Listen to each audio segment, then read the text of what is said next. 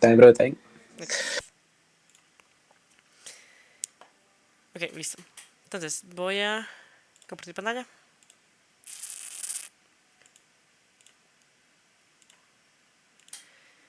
Y, bueno, para los que pudieron ver el video anterior, que era como el de la intro, dame un segundo. Estoy un poco enferma la voz, entonces si me escuchan como que hablo raro o si paso tosiendo es por eso. Pero bueno, em, en la intro de la semana pasada, que bueno, ya les quedó en YouTube, yo explico un poco de así como en la intro lo que es la Olimpiada, cómo la vamos a manejar. Les pasé también y les quedó en el WhatsApp el link para la carpeta de Drive, una carpeta donde están los libros, incluye el Salomon y el Campbell. Y también ves un poco lo de las fechas. Entonces aquí vienen las fechas de los exámenes y de los temas que vamos a ir viendo cada semana. Profe, no importa si me comenta, Sí, sí, solo para encimita, ¿qué fue lo que habíamos visto la semana pasada? Yo he visto el video, pero la verdad no me acuerdo. Solo para refrescar.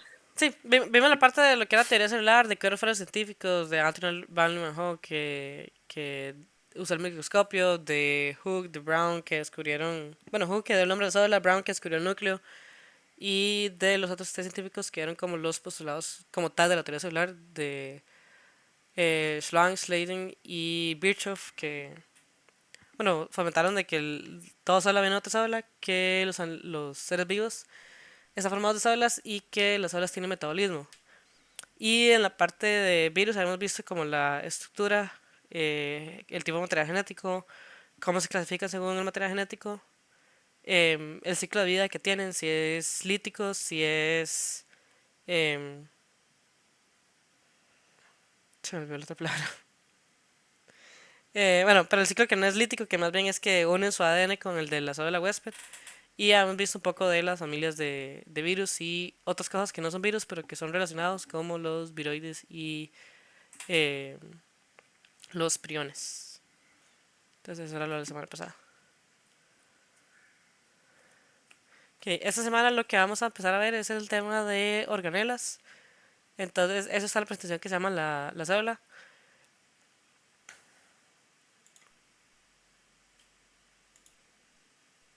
¿Todavía ves mi pantalla?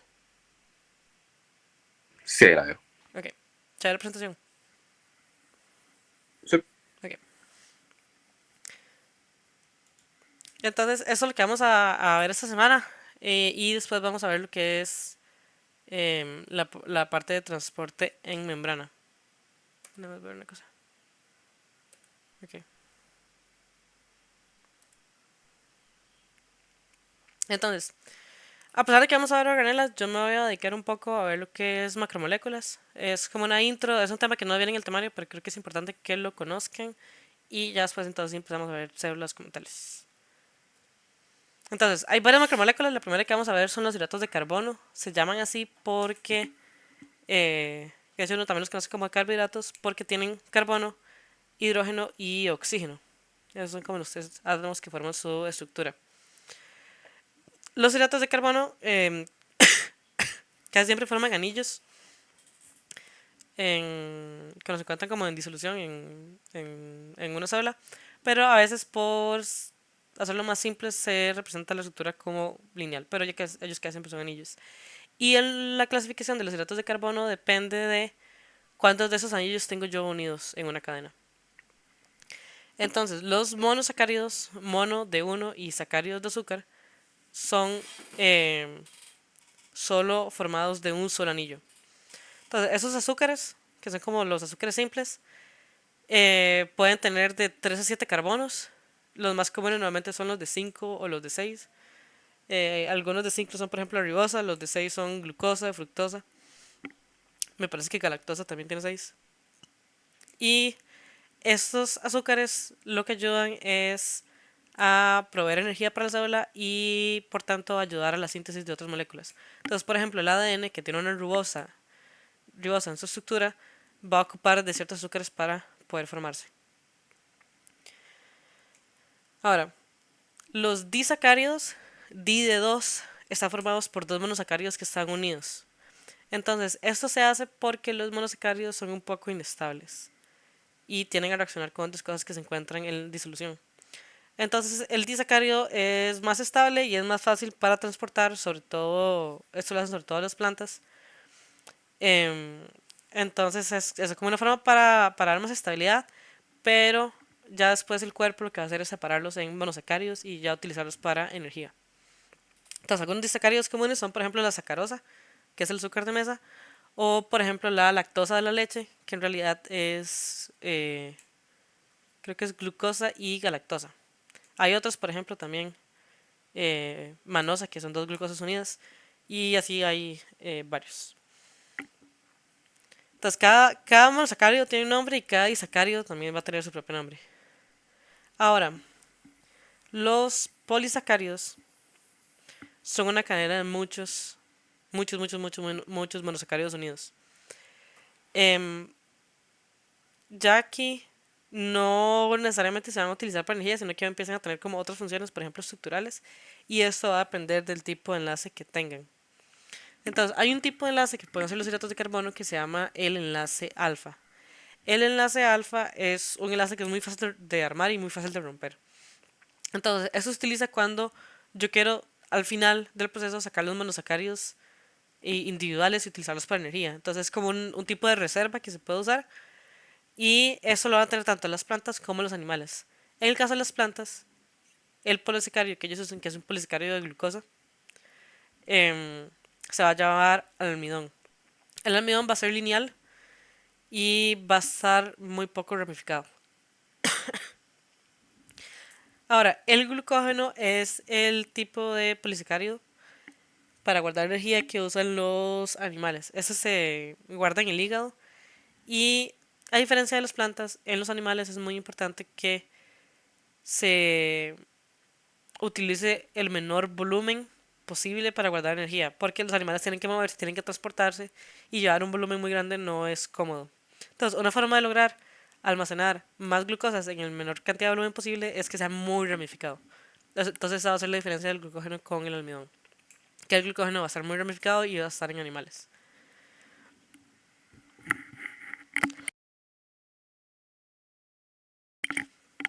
Ahora, respecto a los polisacáridos estructurales, ellos ya no van a tener un enlace alfa, sino que van a tener un enlace beta.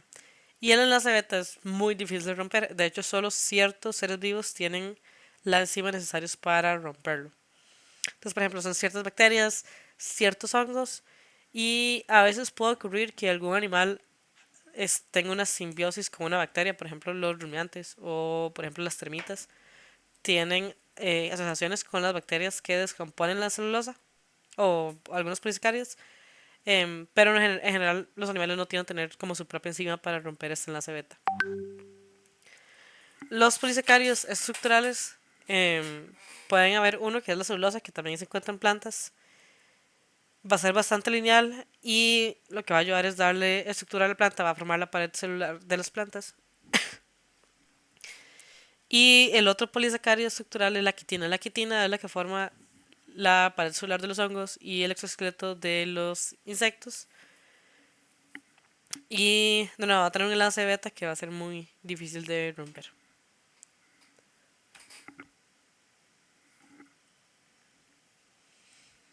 Ok. Siguiente macromolécula van a ser los lípidos. Los lípidos se caracterizan por ser hidrofóbicos y estos se caracterizan en tres: grasas, fosfolípidos y esteroides. Las grasas normalmente se encuentran en forma de acilgliceroles. Los acilgliceroles, que el más conocido es el triacilglicerol, está formado por un glicerol, que es un alcohol, y un ácido graso. Los ácidos grasos van a estar formados por cadenas de carbono e hidrógeno y casi no van a tener ningún otro átomo en su estructura, solo carbono e hidrógeno.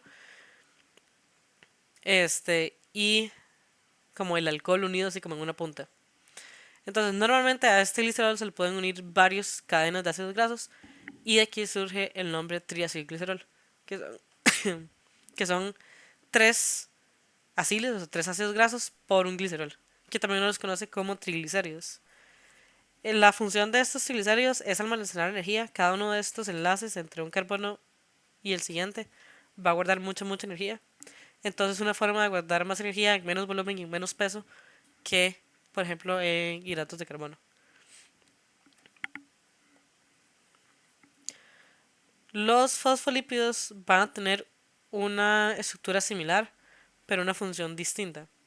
Entonces, los fosfolípidos van a ser muy similares. Van a empezar, ok, igual tenemos un glicerol, el alcohol, igual tenemos un ácido graso, pero a diferencia, vamos a tener un fosfato unido a el glicerol. Entonces, van a ser fosfato, glicerol, ácido graso.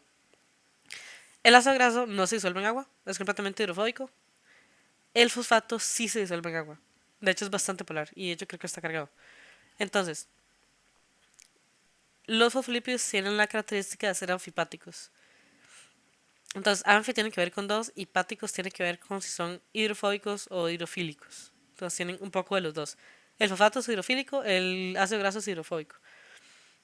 Entonces, lo que pasa es que estas moléculas tienen una tendencia a formar micelas y a formar las membranas celulares. Entonces, voy a poner imagen de una micela. Ok.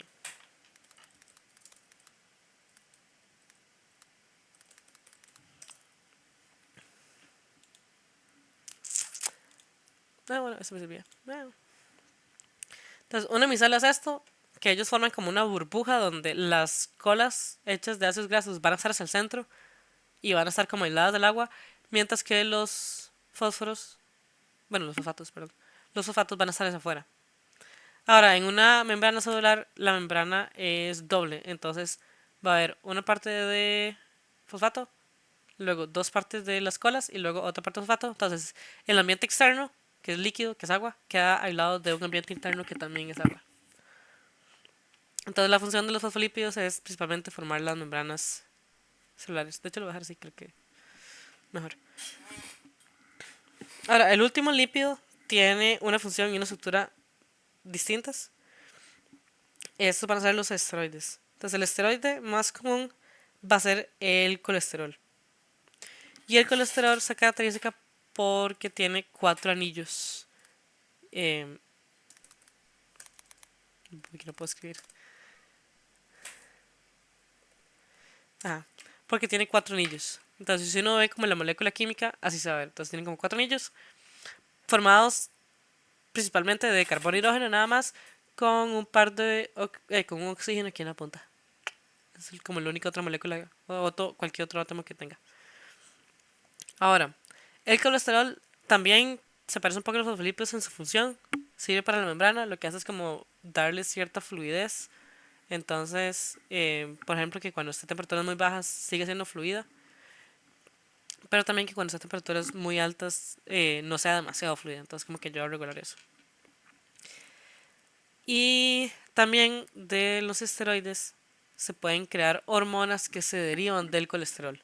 Y entonces ya van a ser hormonas que no se relacionan con ayudar a la membrana a mantener la fluidez, sino que van a ser hormonas como tales que entonces le van a ayudar al cuerpo a señalizar algo que debe hacer. Entonces, por ejemplo, las hormonas como la testosterona y los estrógenos son hormonas esteroides porque se basan en el colesterol para crearse.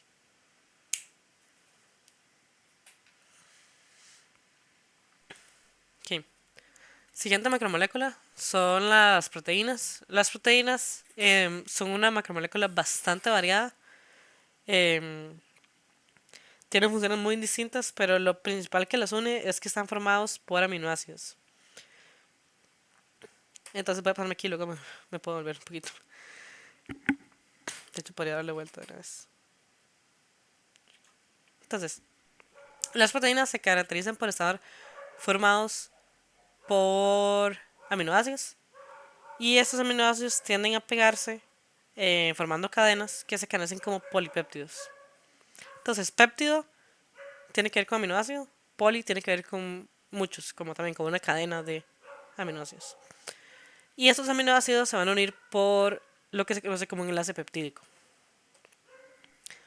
Ahora, los aminoácidos también son un grupo químico con una estructura muy variada. Entonces, de hecho, por eso tengo aquí como esta tabla periódica de los aminoácidos. Entonces voy a hacerlo grande para que sea un poco mejor. Ahora, los aminoácidos se caracterizan porque tienen un grupo C, un grupo N y un grupo R. Un grupo C se refiere a que tiene un grupo carboxilo. Un grupo N se refiere a que tiene nitrógeno. Y un grupo R significa que tiene un grupo variable. Entonces, si ustedes van a la tabla periódica, ven que la parte superior derecha tienen toda la misma estructura.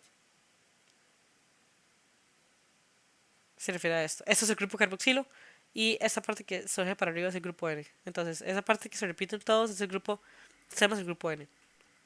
El grupo R va a ser variable y puede ser cadenas muy largas, como el caso de esta lisina, a como puede ser anillos, como el caso de esta histidina, a, no sé, por ejemplo, aquí dos anillos en el caso del triptófano, o puede ser una cadena súper cortita, o nada en el caso de la glicina, o una cadena muy cortita en el caso, por ejemplo, de la alanina.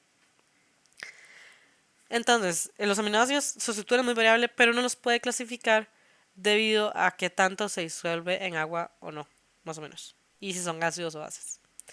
Entonces, aquí los rosaditos son los aminoácidos que son básicos y son bastante polares, entonces se disuelven en agua.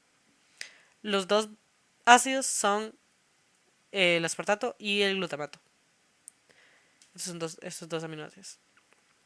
Luego, así como hay aminoácidos ácidos, va a haber aminoácidos básicos, que son estos tres de aquí, que son la histidina, la arginina y la lisina. Luego, va a haber un grupo que va a ser polar y se disuelve en agua y un grupo que va a ser no polar y no se disuelve en agua. Entonces, el grupo polar es este rosadito de aquí. Entonces, ellos son polares pero no cargados. El ácido y la base, dependiendo de las condiciones, sí pueden ser cargados. Estos no. Pero son polares, entonces se disuelven en agua. Entonces van a ser como las cisina, la glicina, varios así. Esos aminoácidos van a tender a encontrarse en la superficie de las proteínas que tienen contacto con el agua. Entonces, si yo tengo una proteína que existe en el citosol y que va a estar disuelta en agua y rodeada en agua, lo que yo me voy a encontrar en su superficie va a ser aminoácidos polares. Ahora, si yo tengo una proteína de membrana que está rodeado por fosfolípidos y más específicamente por las cadenas grasas de los fosfolípidos, yo no me voy a encontrar aminoácidos polares en su membrana externa porque esa membrana externa tiene contacto con los ácidos grasos.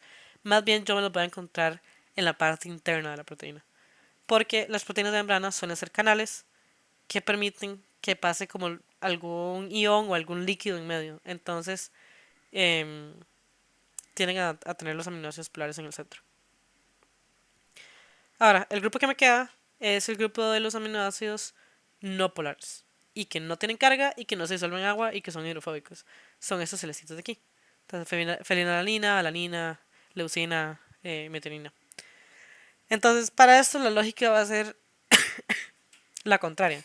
Entonces, si yo tengo una proteína de citosol, yo me voy a encontrar estos aminoácidos como en el centro de la proteína, en el core, como completamente aislados de la parte acuosa. Aquí me faltó una explicación que probablemente ya conocen, pero que tal vez es importante decir. Las proteínas tienen una conformación tridimensional, bastante específica. Y por eso yo puedo hablar de que hay partes externas de una proteína y partes que están como al interno de una proteína.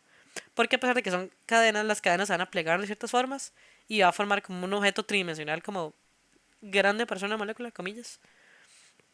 Este, entonces que pueda tener partes expuestas al agua y partes aisladas del agua. Entonces, en una proteína del citosol que está eh, disuelta en agua, yo me voy a encontrar esos aminoácidos no polares en el centro. Diferencia sería si yo me la encuentro en la membrana, que entonces tiene que mezclarse con los ácidos grasos de los fosfolípidos y más bien entonces yo me los voy a encontrar en la superficie.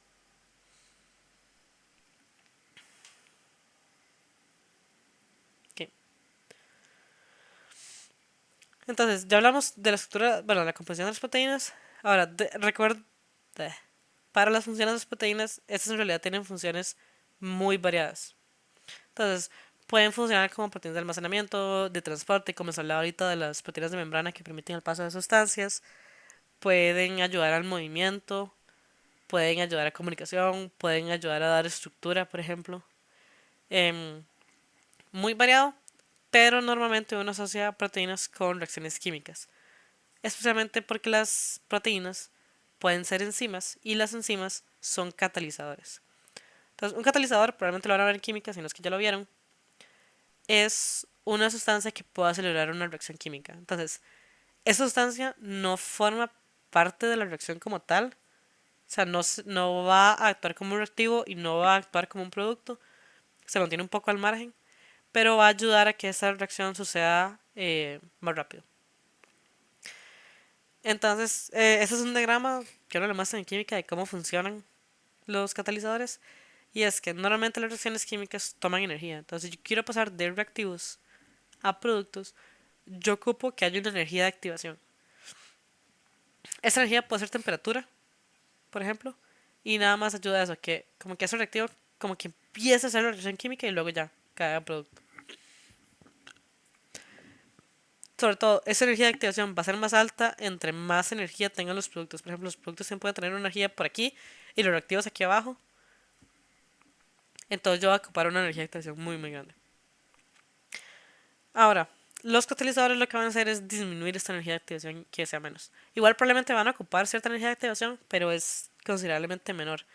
Entonces, muchos de los catalizadores y muchas de las enzimas del cuerpo van a estar optimizadas para que la energía de activación que ellos ocupan todavía sea similar a los 37 grados que mantiene el cuerpo humano. Entonces, esos 37 grados que uno mantiene dentro del cuerpo es para hacer la energía de activación de todas las reacciones químicas que están sucediendo dentro. Porque si uno se enfriara más que 37 grados, hay reacciones que se van a volver muy, muy lentas.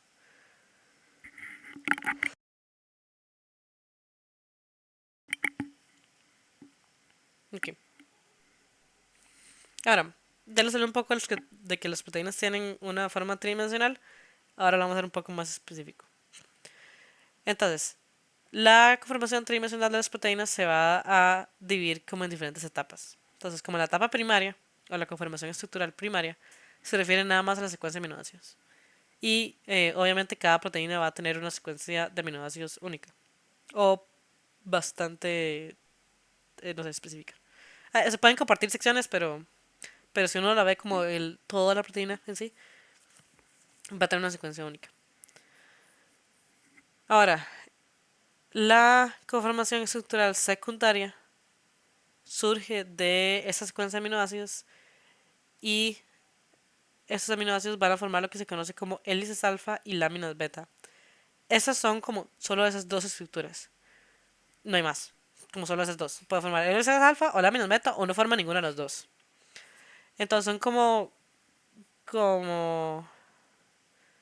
Es que ya cuando vamos a la terciaria es como mucho más variable y mucho más sensible a qué aminoácidos hay y cada proteína tiene una conformación tridimensional terciaria distinta. En la secundaria es como muy o esta categoría o esta otra o ninguna. Pero uno puede analizar las proteínas dependiendo de si tienen la hélice alfa, la amino beta y uno como puede ir viendo qué secciones se comportan de cada forma. Ahora, la conformación estructural terciaria em, tiene que ver ya no bueno, esas hélices alfa y láminas beta a veces tienen que ver con grupos C y grupos N. Ya esta parte terciaria tiene que ver con las cadenas R de los aminoácidos. Entonces, dependiendo de qué tan un aminoácido en la cadena R, le va a permitir interactuar con otros aminoácidos que estén en otros lugares de la proteína. Ya ni siquiera que estén como en secuencias cerca, sino que estén en lugares muy, muy lejos. Entonces, dependiendo de qué tenga la cadena R, puede formar, por ejemplo, puentes de hidrógeno entre un aminoácido que tenga oxígeno y otro que tenga nitrógeno o que tenga... ¿Cuál es el otro que puede hacer puentes de hidrógeno? No me acuerdo si era cloro o fósforo. Pero bueno, hay otros átomos que pueden hacer puentes de hidrógeno. Em, Hay también aminoácidos que tienen azufre y entonces pueden hacer enlaces disulfuro. Hay interacciones hidrofóbicas que tienen que ver con eso. Si un aminoácido se disuelve o no en agua, em, van a interactuar. Sobre todo los que son hidrofóbicos van a querer tender a estar unidos entre ellos. Y las interacciones de Van der Waals se dan cuando dos átomos están muy cerca. Entonces, si dos átomos están como lejos, tienden a repelerse. Y si uno los va acercando, como que se repelen más y pasa un umbral. Y a partir de ahí, más bien se empiezan a atraer y quieren estar cerca. Y esas son las interacciones de Van der Waals. Entonces, todos estos tipos de enlaces van a interactuar entre ellos para ayudar a dar la forma terciaria. Aquí nada más importante, esos enlaces son enlaces que no son covalentes, no son enlaces iónicos. O sea, no son enlaces 100% estables y que se van a quedar ahí y que ya no se pueden romper. Sino que son como interacciones un poco temporales y que con la suficiente cantidad de energía se pueden romper. Entonces un puente de hidrógeno, yo le meto un poquito de calor y ya se suelta. Eh, con las interacciones de Van der Waals también yo hago que la proteína se aleje un poquito y ya se van a soltar. Entonces son como interacciones un poco más temporales, pero que si yo combino muchas de estas interacciones, entonces ya la proteína va a mantener su forma. Y la conformación cuaternaria es cuando una proteína no está formada por solo una cadena de aminoácidos, por solo un polipéptido, sino que está formada por varios polipéptidos. Y entonces, ¿dónde se ubican estas subunidades o estos polipéptidos en relación a otros? Va a dar también una conformación tridimensional distinta y entonces le va a dar también ciertas funciones a la proteína. Ahora, los dos términos que vienen abajo de chaperonas y desnaturalización tienen que ver con esta conformación estructural. Entonces, desnaturalización es cuando una proteína pierde su conformación estructural. Entonces, esto puede ocurrir, por ejemplo, si yo le meto temperatura, que es algo bastante común. Y esos procesos de desnaturalización tienden a no ser muy fácilmente reversibles. Entonces, por ejemplo, algo muy fácil donde uno puede ver desnaturalización es si yo hago, por ejemplo, un huevo. Entonces, un huevo tiene bastantes proteínas. Van a haber proteínas en la clara que son transparentes, que si yo agarro y caliento, se van a volver blancas y con una textura distinta. Entonces, ese proceso de volverse blancas y con una textura distinta es la desnaturalización de las proteínas originales que yo tenía. Y no va a ser reversible. O sea, hay como muy pocos procesos que yo le puedo hacer un huevo para volver a hacer el huevo no cocinado que tenía antes. Ahora, esto puede ocurrir de forma natural en una célula. No sé si se mete el sol o si se mete el calor o simplemente por azar. Em, y obviamente no es bueno porque entonces la proteína ya no va a tener la estructura que tiene y nuevamente la estructura de una proteína le dicta su función. Entonces, básicamente la proteína perdería su función y esto a la célula no le sirve porque la célula gastó recursos en crear esa proteína. Entonces, hay unas proteínas que se llaman chaperonas y las chaperonas lo que andan es revisando la célula, asegurándose que las proteínas estén bien plegadas. Y si ven una que está mal plegada, agarran, la despliegan, intentan ver si se vuelve a plegar sola y si no se pliega bien, la destruyen o la marcan para que la destruya otros órganos del cuerpo. Bueno, de la célula, otros organelos. Entonces, ¿cómo se puede dar cuenta la chaperona que una proteína está mal plegada? Lo que les decía antes de si una proteína está en el citosol, yo no espero que en su superficie haya proteínas hidrofóbicas porque está en un medio rodeado de agua. Entonces, si una chaperona se encuentra una proteína en el citosol con aminoácidos hidrofóbicos en la estructura superior, se va a dar cuenta que está mal plegada.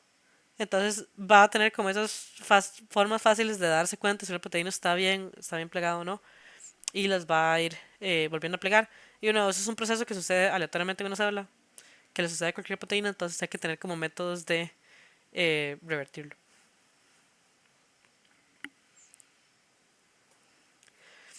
Y eso es más o menos cómo se ve la conformación de una proteína. Estas que ven aquí a la izquierda son imágenes de cómo se ve una hélice alfa y una lámina beta en una proteína. Em, Aquí tal vez importante, si pueden ver, hay células que pueden tener láminas beta en algunos lugares, hélices alfa en otros, y también normalmente hay secciones que no tienen ninguno de los dos, entonces se van a ver como nada más como cordones. Entonces ustedes a veces buscan cómo se ve una cierta proteína, van a ver como secciones así, como secciones que tienen como cierta forma, cierto grosor, y luego nada más como cuerdas, y esas cuerdas son las que no tienen una conformación estructural secundaria. Ahora, la imagen de la derecha es varias etapas de la estructura de la hemoglobina. Entonces, esta imagen de aquí es de la estructura primaria. Entonces, la estructura primaria es nada más la secuencia de aminoácidos. Luego, esa sección está haciendo una hélice alfa y por tanto va a ser la estructura secundaria. Luego, esa estructura secundaria se puede plegar en una estructura terciaria que va a incluir secciones que tienen hélices alfa y también va a incluir secciones que no tienen ninguna y va a formar una estructura tridimensional más compleja.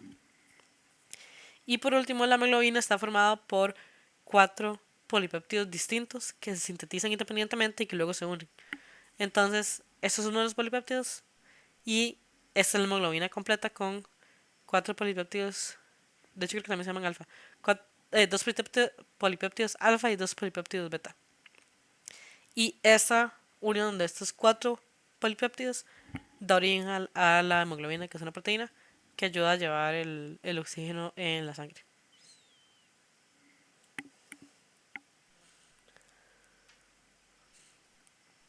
Ahora, siguiente macromolécula, y de hecho creo que ya la última, son los ácidos nucleicos. Los ácidos nucleicos son la macromolécula que se encarga de guardar la información genética y también de interpretar esa información genética. Entonces, los ácidos nucleicos están, bueno, hay dos, son el ADN y el ARN, y ambos van a estar formados por nucleótidos. Los nucleótidos son una serie de eh, como tres partes químicas, como un poco distintas entre ellas, pero que se unen. Y luego yo, para hacer un ácido nucleico, lo que hago es poner un montón de nucleótidos en cadena. Entonces, el nucleótido está formado por una base nitrogenada. Estas bases normalmente tienen anillos y tienen nitrógeno, como dice el nombre. Luego va a tener un azúcar. Esto va a ser un azúcar de 5 carbonos y puede ser o ribosa para el ARN o desoxirribosa para el ADN. Y por último vamos a tener un fosfato. Entonces, ¿de qué importan los nucleótidos? El azúcar y los fosfatos no van a guardar información como tal. Entonces, el azúcar y el fosfato es nada más como la estructura, como si fuera como una cadena, como un riel, donde se montan las bases nitrogenadas y las bases nitrogenadas son las que sí van a tener información. El azúcar y el fosfato van a ser exactamente los mismos, exactamente iguales para todos los nucleótidos. Y de hecho aquí, bueno, en esta imagen se ve como la estructura química del ADN y aquí se ve donde hay un fosfato, una ribosa, un fosfato, una ribosa y también aquí, fosfato, ribosa, fosfato, ribosa. Entonces, fosfato y ribosa siempre se van a mantener y siempre van a estar como en los bordes y lo que uno se encuentra adentro ya son las bases nitrogenadas que son bastante más variables. Entonces, de bases nitrogenadas yo tengo cuatro. En realidad son cinco, pero en un solo ácido nucleico yo tengo cuatro simultáneamente. Entonces, hay dos tipos de bases nitrogenadas. Están las pirimidinas, que tienen un solo anillo, y las purinas, que tienen dos anillos.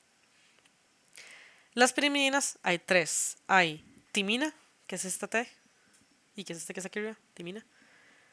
U, que es uracilo, y C, que es citosina, que es esta de aquí. Ahora, ¿por qué hay técnicamente 5 bases nitrogenadas, pero en realidad no solo se encuentra 4? Porque en el ADN yo me voy a encontrar timina, pero no uracilo. Y en el ARN yo me voy a encontrar uracilo, pero no me voy a encontrar timina. Entonces son como equivalentes entre ellos, pero va a haber de un tipo en el ADN y del otro en el ARN.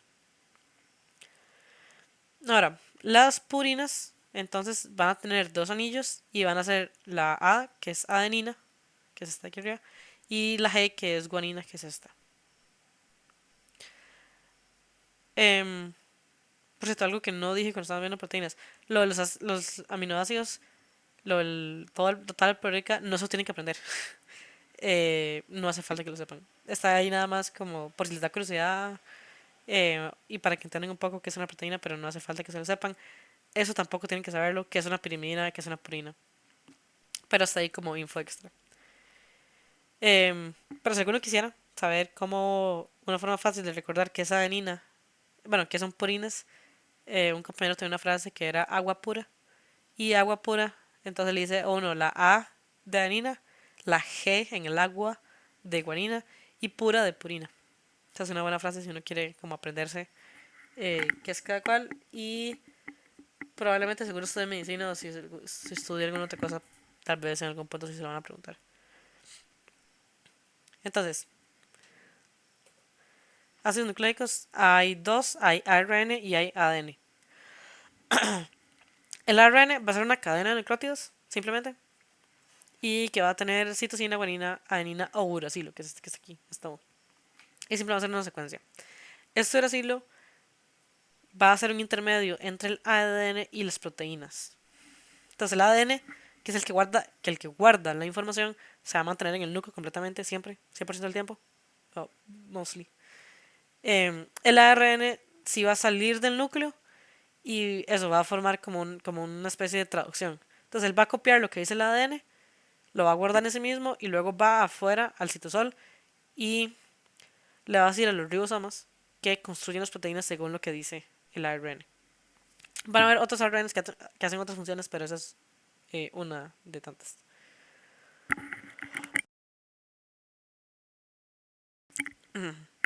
Ok, ok.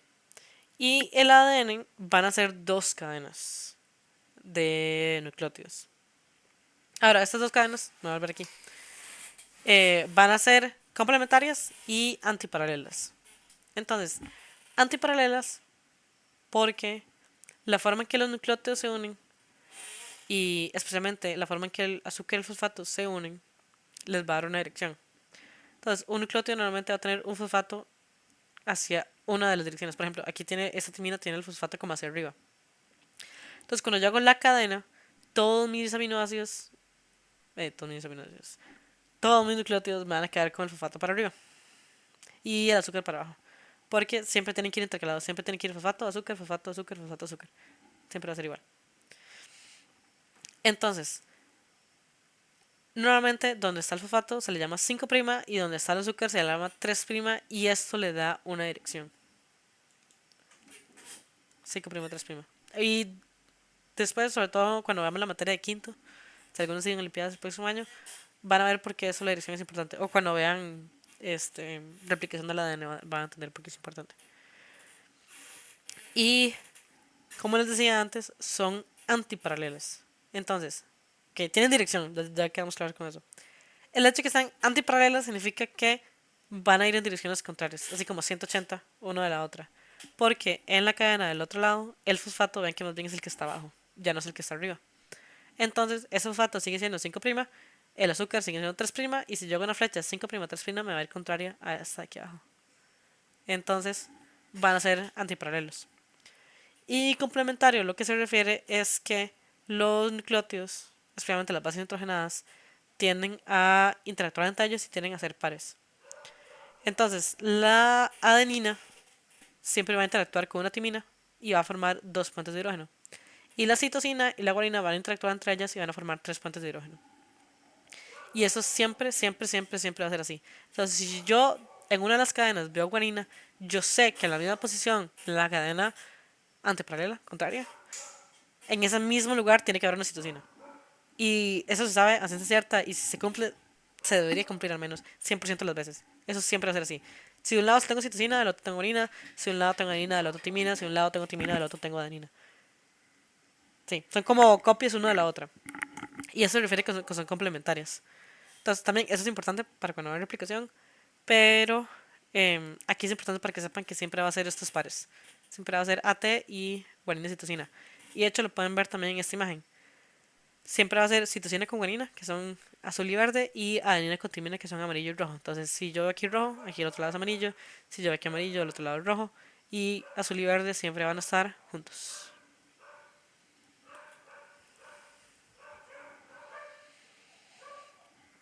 Ok. Entonces, eso era respecto a lo que son macromoléculas. Vamos ahora sí a pasar a lo que es la célula. Aquí les dejo las páginas de los libros, de donde los saqué.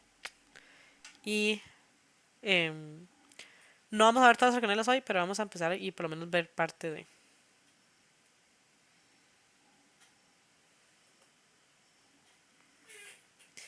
Entonces, primero hay que empezar por definir qué es una célula y qué características comparten la célula. Entonces, la célula, según vemos en teoría celular, es lo que forman los seres vivos y va a tener un metabolismo. Pero también hay otras características que van a compartir todos los tipos de células. Entonces, el primero es que tiene una membrana plasmática. Entonces, esa membrana plasmática que está formada de fosfolípidos va a existir en todas las células y lo que va a hacer es aislarla del mundo externo. Entonces, es importante que se aísle porque hay sustancias que la célula va a querer a mucha concentración que también en el medio externo no se encuentran a mucha concentración. Entonces, lo que la célula es como ir buscándolos y ir acumulándolos dentro de sí mismo. Si no existiera la membrana, al final de cuentas todo llegaría como un equilibrio. Y eso no es lo que la célula quiere. Entonces ella busca como formar esas concentraciones locales de ciertas moléculas. Y también el hecho de estar helada le permite tener un cierto metabolismo y poder disminuir la entropía dentro de la célula. Dentro de la membrana, la entropía puede disminuir porque, como existe la membrana, hay una dilación y la célula lo que puede hacer es más bien aumentar la entropía del mundo externo y mantener bajo la entropía dentro de la célula. Esto le permite mantener cierto orden. Ahora, otra característica de las células es que ya que tienen membrana, van a tener un citosol. Y ese citosol es como el medio acuoso interno que tienen las células y donde se van a encontrar en disolución muchas cosas. Iones, proteínas, organelas, ARN, sales, en general, muchas cosas. Es como el medio, como la base a partir de la cual van a empezar a ocurrir cosas. Después, las células también van a tener información genética. Esto entonces por el primer postulado teoría celular de que toda célula surgió de otra célula. Entonces hay que tener como una base a partir de la cual uno sigue instrucciones y puede crear otras células. Y esa información entonces va a ser el ADN. Todas las células van a tener, bueno, no todas las células. Todas las células que se reproducen van a tener ADN en su interior, no necesariamente en un núcleo, pero por lo menos en su interior. Em, Hay detalle de por qué no dije que todas las células tenían ADN. Hay células que no tienen ADN, pero son células que no se reproducen. Por ejemplo, los glóbulos rojos. No tienen núcleo, no tienen ADN y no se reproducen.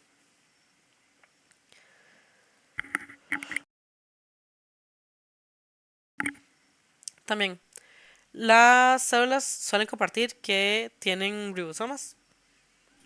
Y esos ribosomas lo que le ayudan es a ese proceso de pasar de ADN a proteínas. Específicamente pasar el ARN a proteínas. Y la última característica general es que las células tienen citoesqueleto. El citoesqueleto son una serie de proteínas que forman como una red interna como de andamios que le dan soporte y forma a la estructura de la célula y también van a funcionar como autopistas, es como donde se van a transportar las sustancias cuando yo las quiero mandar de un lugar a otro. Ahora, importante, el examen de Olimpiadas está hecho con una versión del libro antiguo. Y en ese libro se creía, bueno, no sé, comillas, se sabía, comillas, comillas, que las bacterias no tenían citoesqueleto. Entonces, si ustedes les preguntan si todas las células tienen citoesqueleto, ustedes dicen que no, pero realmente sí lo tienen. Solo que en ese entonces se consideraba que las bacterias no. Ahora, las bacterias sí tienen citoesqueleto, nada más que es un citoesqueleto distinto y muy extraño, pero eso no quita que tengan citoesqueleto.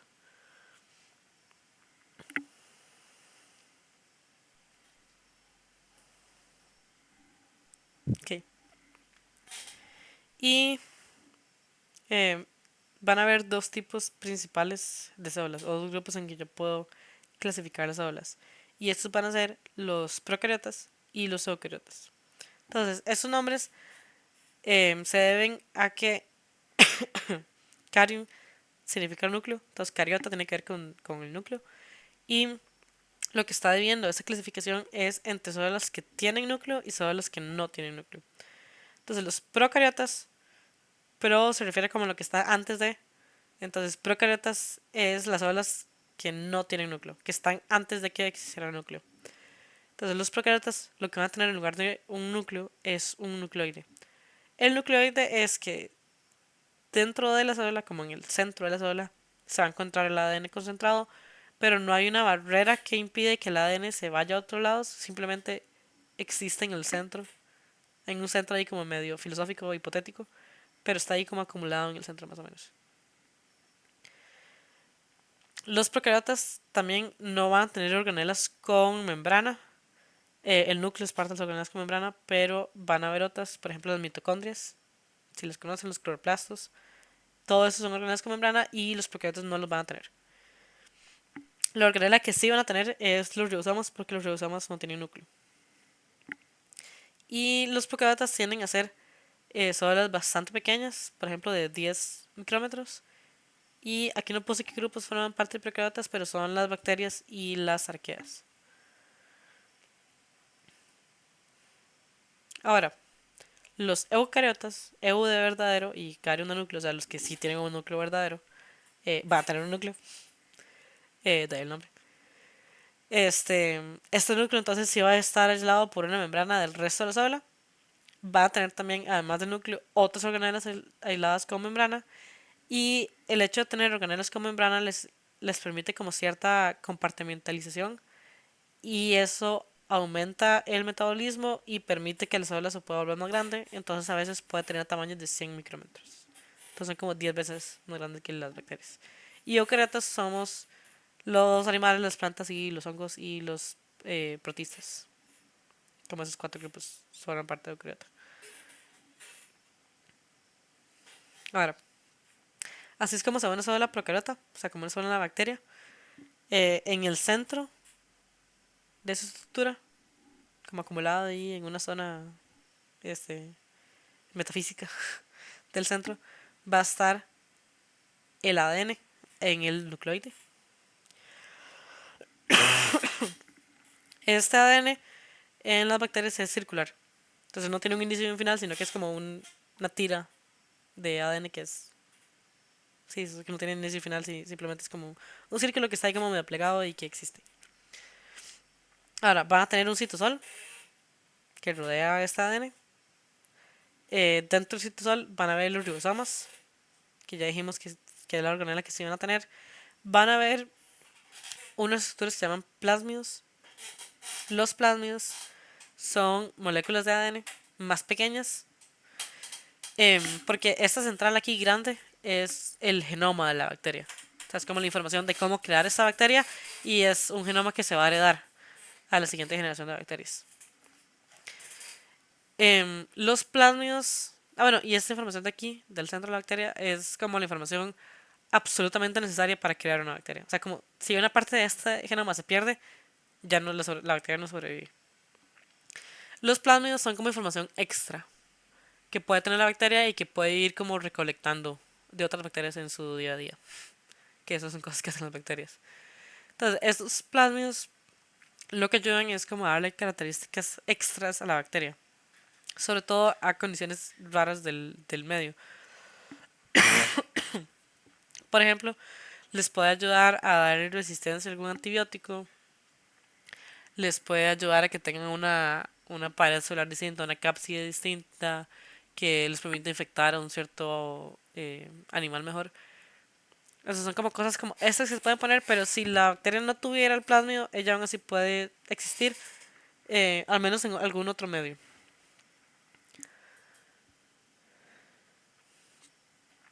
Ok.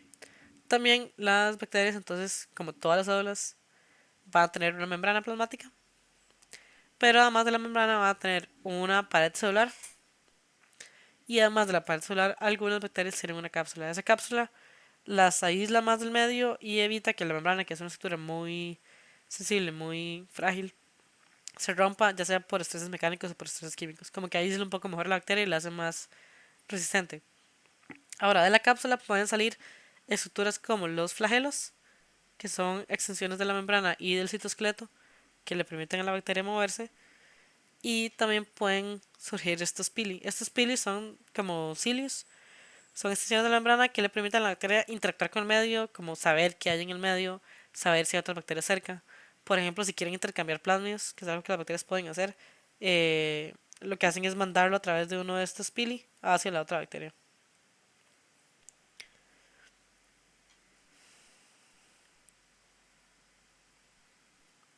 Ok, eso con los procariotas. Para los eucariotas, también hay estructuras generales de los eucariotas, porque ya dije que hay varios grupos de eucariotas. Hay plantas, animales, hongos y protistas. Sí. Entonces, los eucariotas se van a caracterizar por tener organelas. Estas organelas van a ser em, comportamientos rodeados por membrana y que dentro pueden tener ciertas enzimas o ciertas características que le permiten cumplir funciones específicas. Entonces, em, de esta lista hay varias que son organelas y hay otras que no. Esta centrosoma de hecho no es organela, pero ya te lo vemos. Entonces, la mayoría de eucariotas va a tener, de todos los eucariotas, va a tener un núcleo que es una organela que dentro va a guardar el ADN que guarda información. También la mayoría va a tener mitocondrias, que son the powerhouse of the cell, si han escuchado alguna vez esa frase. Básicamente lo que está diciendo es que la fuente de energía de las células va a ser la mitocondria. También van a tener, o suelen tener, retículo endoplasmático, que les va a permitir hacer síntesis y almacenamiento de algunas sustancias. Van a tener también aparato Golgi, que funciona muy de la mano con el retículo endoplasmático y lo que ayuda es a modificar y secretar o mandar a ciertos lugares lo que crea o sintetiza el retículo endoplasmático. Van a haber otras organelas como el peroxisoma, que es una organela muy específica. La vamos a ver más adelante. Y también estructuras como el centrosoma, que es una especialización del citoesqueleto, especialmente en lo que es animales.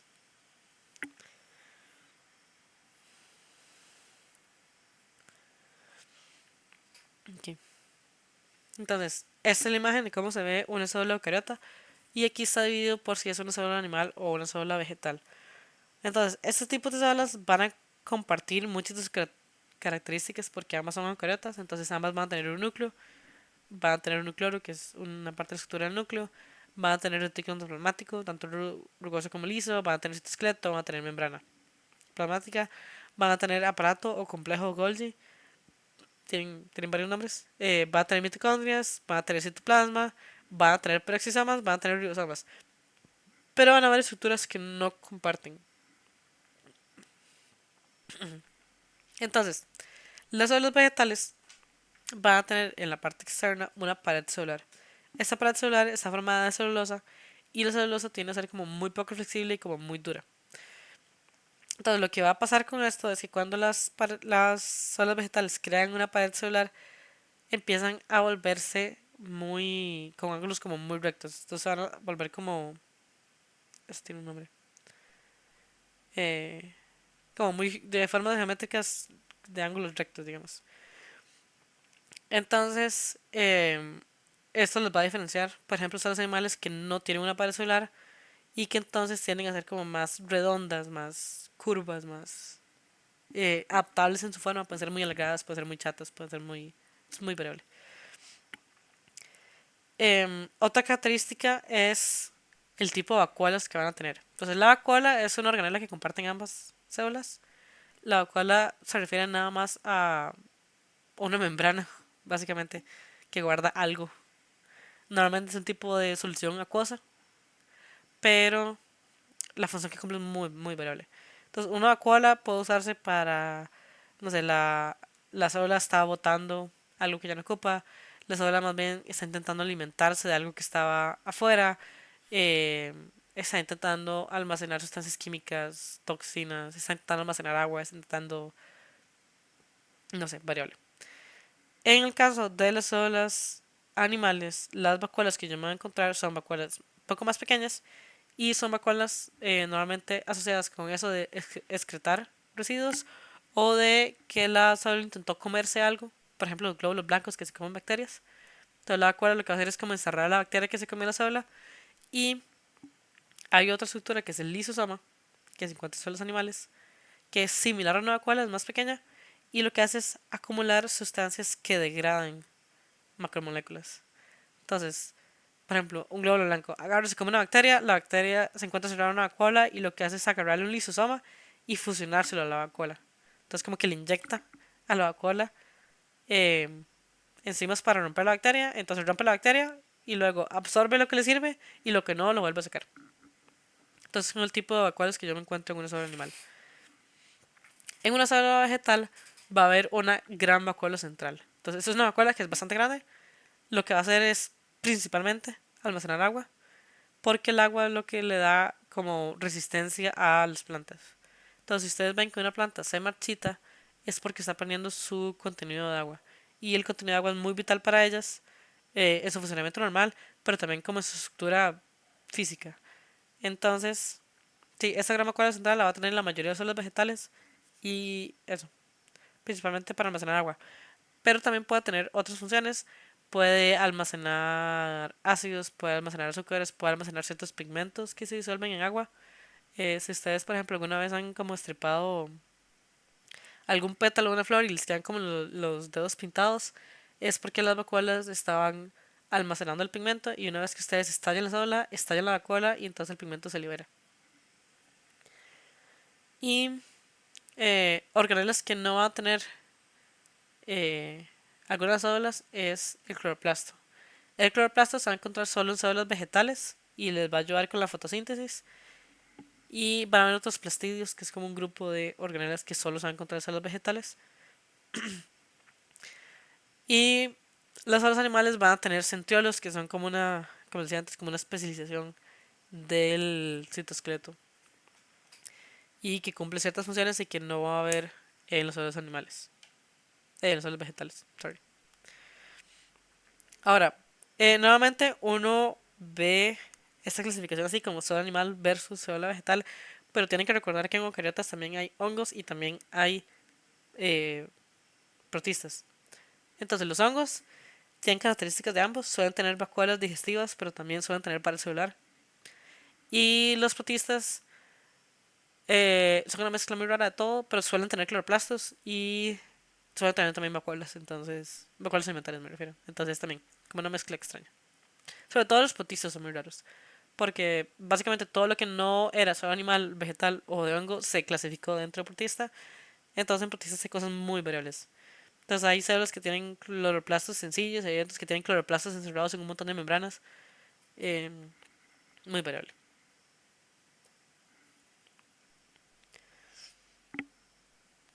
Ahora, ya ahora sí entrando al tema de lo que son organelas. La primera organela que vamos a ver y la más importante para eucariotas es el núcleo. Entonces el núcleo, ya lo hemos mencionado antes, guarda el ADN, guarda la información genética y también es donde va a ocurrir la mayoría de la síntesis de ARN, porque el ARN ocupa como molde el ADN, entonces va a ocurrir aquí adentro. Y el ARN lo que va a hacer es copiar la información del ADN y luego sale del núcleo y va a empezar a generar las proteínas de acuerdo a lo que dice el ADN. Ahora, la estructura del núcleo es esa que ven aquí a la derecha. Entonces, va a tener una membrana, que de hecho es una doble membrana. Va a tener una membrana, en esa membrana van a haber poros nucleares, que lo que hacen es como perforar la membrana y que le permitan a cosas salir y entrar. Va a haber cromatina, que es como el nombre de cómo se guarda el ADN. Esta cromatina puede ser heterocromatina o eucromatina. Básicamente la eucromatina es la cromatina verdadera y es la que se está utilizando en esa célula, la que se está utilizando para hacer proteínas. Y la heterocromatina es como el ADN que es basura y que no sirve para esa célula en específico y que entonces tiende a ser como más concentrado y sí, como apelotado y en realidad no se usa mucho. Ahora, el núcleo también va a tener el nucleolo, que es este como círculo dentro del núcleo. Y en ese nucleolo lo que está ocurriendo es la síntesis de ARN ribosomal, que es lo que va a formar los ribosomas, y otras proteínas y otros ARNs que se utilizan dentro del núcleo. Pero tiene como su propia zona, entonces por eso es como el nucleolo. Y déjenme mostrarles cómo se ve un poro nuclear, porque de hecho la estructura es bastante curiosa. Entonces cuando uno dice que el núcleo tiene una doble membrana, No se refiere a las membranas ya normales que tienen las células, que está formado de dos capas de fosfolípidos, sino que es literal que hay dos membranas. Hay un buen ejemplo. Bueno, sí se logra como un poco apreciar. Es literalmente dos membranas distintas que en el poro nuclear tienden a como hacer una curva, como a plegarse. Entonces el poro nuclear es lo que le comunica el exterior con el interior. Y esta membrana viene aquí y da la vuelta. Y es una membrana como cualquier otra, es una membrana igual doble. Bueno, de dos capas de fosfolípidos, debería especificar. Entonces, si ustedes ven aquí, hay dos capas de fosfolípidos y aquí llegan, dan la vuelta y siguen. Entonces, muy pocas cosas logran entrar o salir del núcleo si no es que pasan por el poro nuclear, y el poro nuclear también es muy específico respecto a qué deja entrar y qué deja salir. Algo que se me olvidó es que también existe la lámina nuclear. Esto lo han preguntado en exámenes, entonces es importante. Y la lámina nuclear es como una parte del citoesqueleto que está dentro de esa membrana interna del núcleo y se encuentra así como pegadita al borde, y lo que ayuda es como darle estructura al núcleo y que se mantenga así como redondito y todo.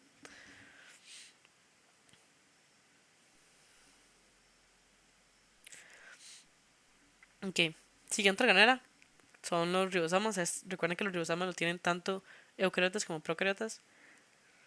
Los ribosomas están formados por ARN ribosomal. El, el ARN ribosomal va a estar formado por ARN, que es ácidos nucleicos, y el ribosoma puede estar formado por ARN ribosomal porque el ARN, ciertos ARNs específicamente, solo algunos ARNs, pueden ser también enzimas. Entonces, de hecho se le conoce como ribosimas. Entonces, lo que hay en el ribosoma es un ARN ribosomal y puede estar formado por un ribosomal porque son ribosimas que controlan ciertas reacciones químicas dentro del ribosoma. Y el ribosoma lo que va a hacer es síntesis de proteínas, o sea, va a agarrar un ARN que venía del núcleo y lo va a leer y recuerda lo que dice el ARN mensajero, lo va a ir transformando en proteína y creando la cadena del polipéptido. Entonces, la síntesis de proteínas se ve así como es de una forma esquemática de esta forma. Entonces, yo tengo ADN, de mi ADN van a llegar unas enzimas, van a hacer una copia en ARN y este ARN se va a llamar ARN mensajero. Este ARN mensajero va a sufrir ciertas modificaciones en el núcleo, luego va a salir del núcleo por un poro nuclear, va a existir en el citoplasma y en el citoplasma se va a encontrar con un ribosoma. El ribosoma se va a acoplar al ARN mensajero y lo va a empezar a leer y el ribosoma va a ir agarrando aminoácidos del medio y de acuerdo a lo que dice el ARN mensajero va a ir creando la cadena del polipéptido.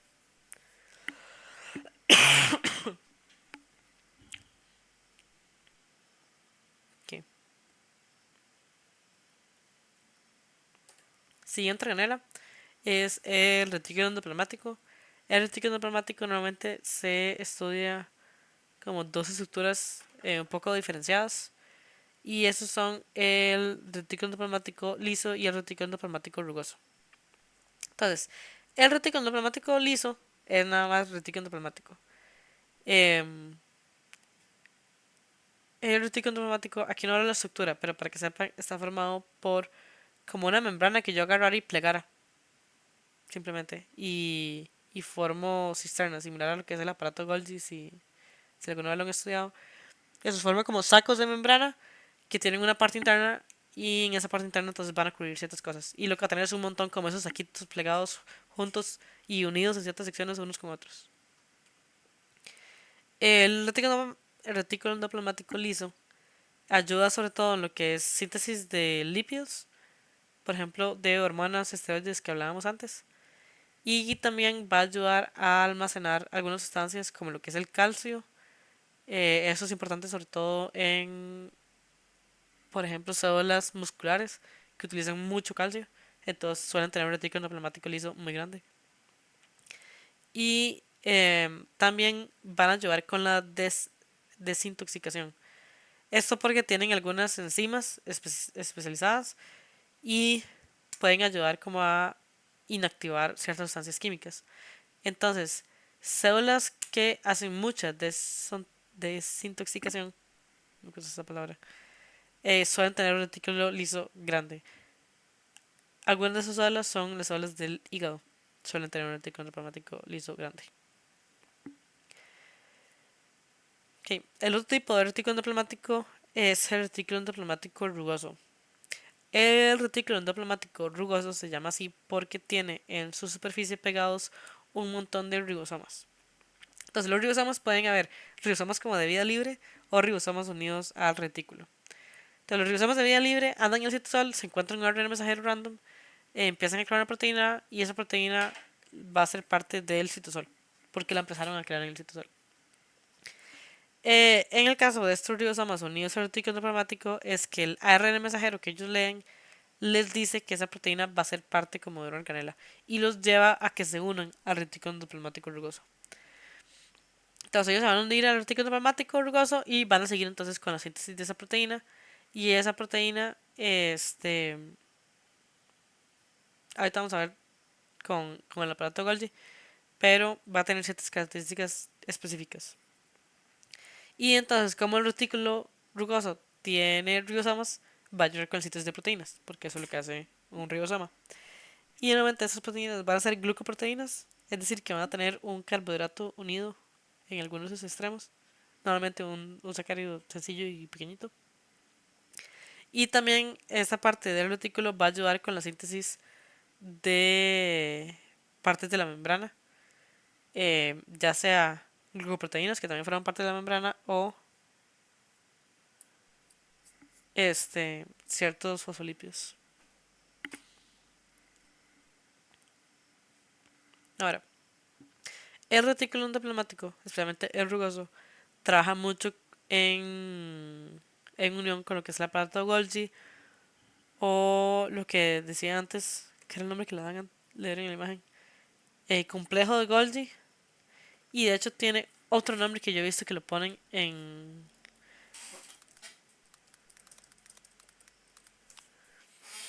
el examen, que siempre tiene como muchas formas de llamarlo, por ejemplo. Pero quiero ver cuál es que aparece en español. Ah, no lo ponen.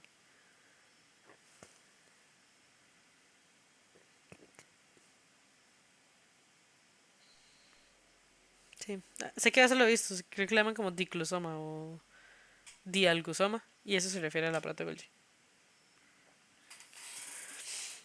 Entonces, el aparato de Golgi tiene una estructura similar al aparato del retículo endoplasmático. Va a estar formado por un montón de cisternas, que son como sacos membranosos aplanados y que se interconectan entre ellos a veces.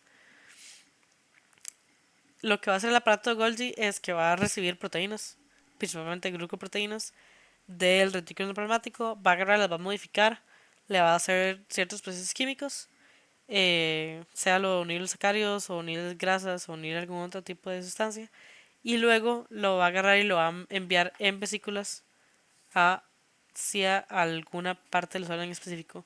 Normalmente es una parte que tiene membrana en su estructura.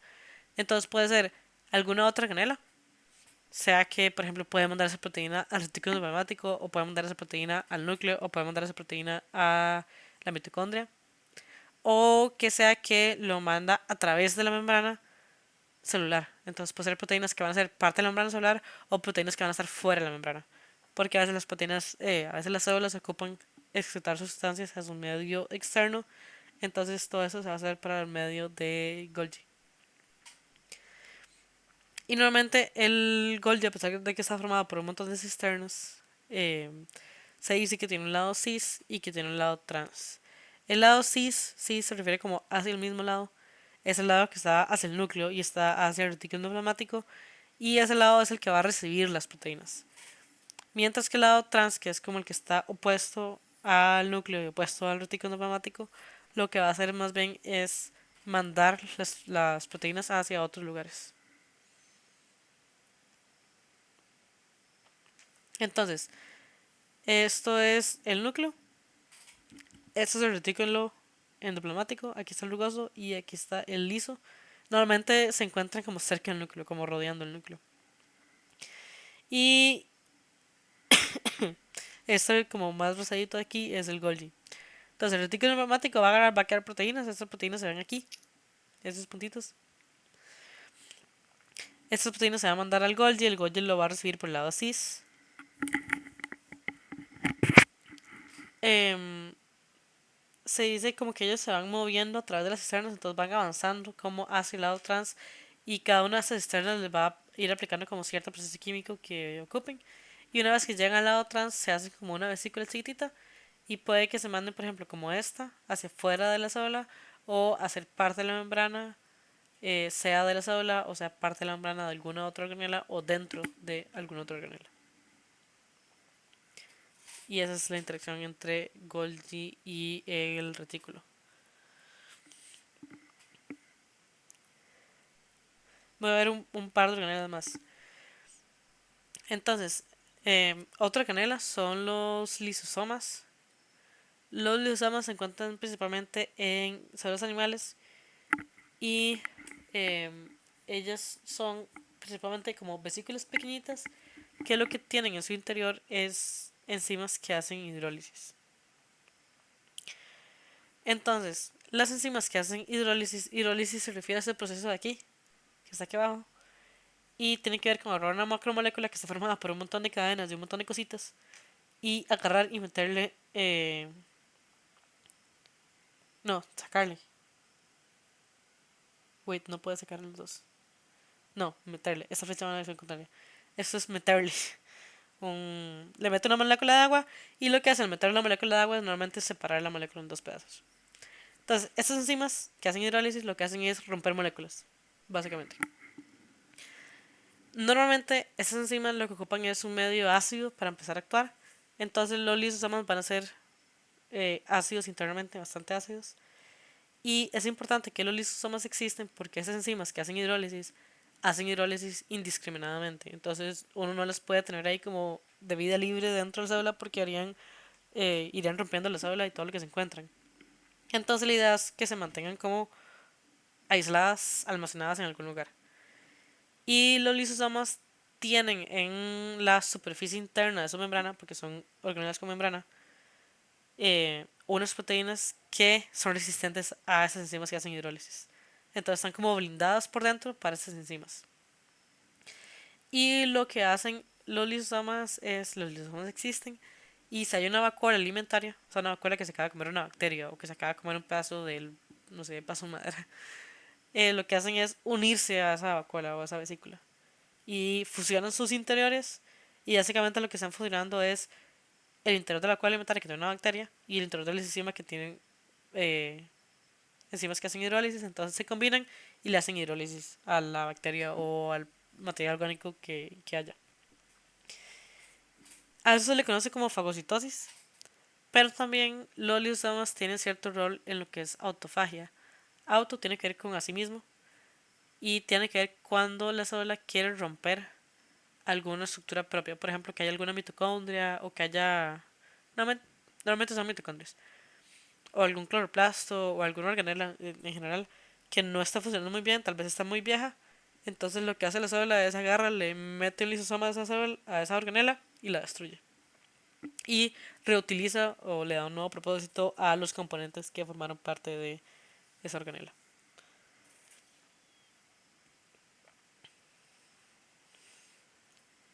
Quiero ver nada más cuántas organelas faltan. Sí faltan algunas. Ok, veamos esta última. Okay. Entonces, la siguiente organela es las vacuolas. Estas vacuolas son fundamentales en células vegetales, pero eso no quiere decir que estén en otras células y por eso este asterisco de aquí.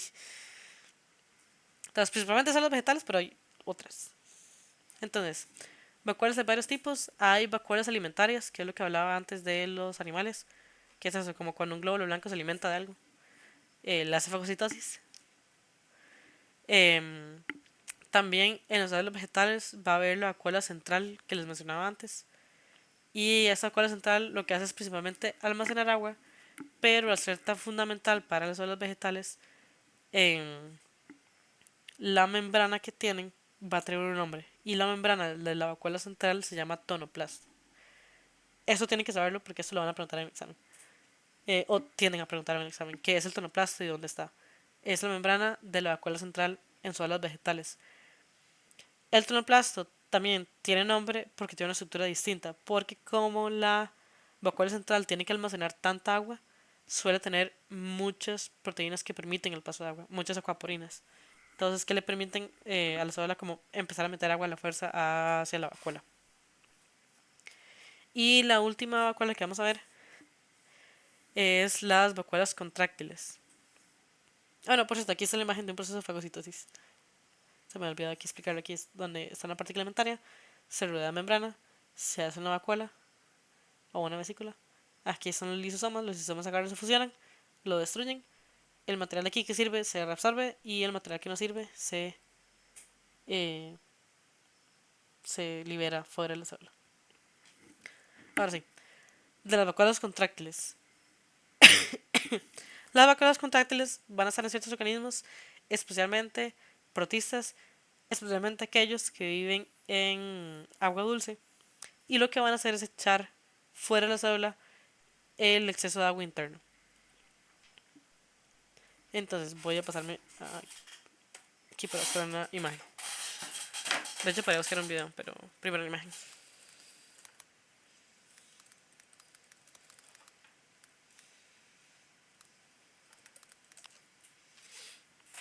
Entonces,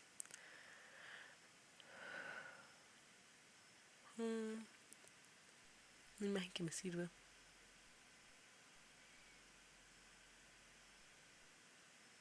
Eso sirve. Entonces, los protistas, algunos protistas como este paramecium, van a vivir en el agua dulce. El agua dulce tiende a ser como agua muy pura, con muy pocas sales y muy pocas otras sustancias. Y las sales y las sustancias en general disueltas en agua tienden como a querer jalar agua por un proceso que se llama osmosis que vamos a ver cuando veamos la parte de membrana. Aunque probablemente ya también lo conocen del cole. Entonces, eh, los seres vivos, como este paramecium, tienen una membrana, tienen sales por dentro y entonces el agua quiere entrar dentro de la célula. Ahora, el problema con esto es que la membrana no es infinitamente flexible y si entra demasiada agua se va a reventar. Y para eso existen entonces las vacuolas contráctiles. Las vacuolas contráctiles van a estar dentro del organismo, en el citosol. El citosol continuamente va a estar como jalando una cierta cantidad de agua y esa cantidad de agua se va a ir como llevando a la vacuola contráctil. Y cuando la vacuola contráctil llega a cierto nivel de llenado, se contrae y expulsa el agua hacia afuera del suelo, la verdad, de la idea. Entonces voy a buscar aquí en YouTube. De cualquiera.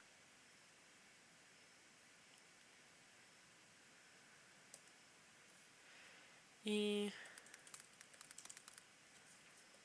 da para un poquito. Aparte los pueden buscar que quieran. Son como vacilones de ver. Todo lo que se va a ver es el organismo y la vacuola contráctil cómo se va llenando y luego se contrae para expulsar el agua hacia afuera.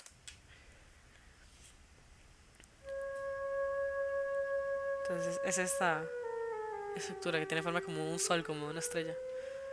Entonces es el interior, se va llenando de agua y luego tiene un canal conectado hacia la membrana externa por el cual el agua sale.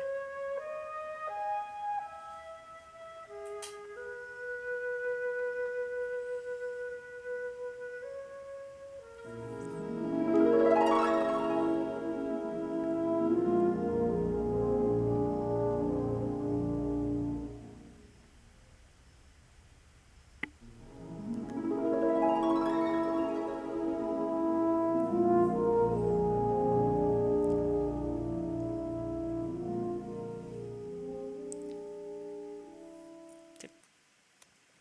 Ya, se puso otra vez, creo. Ok, entonces la próxima semana terminamos de ver lo que es organelas y empezamos a ver entonces lo que sería membrana. No sé si les queda alguna duda de los temas que vimos hoy.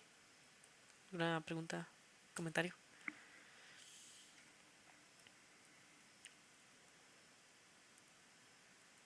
No, yo no tengo nada, bro. Ok, entonces esto sería por hoy y sí, nos veríamos la próxima semana. Que pasen buena noche y una linda semana. Hasta luego. Hasta luego, buenas noches. Gracias.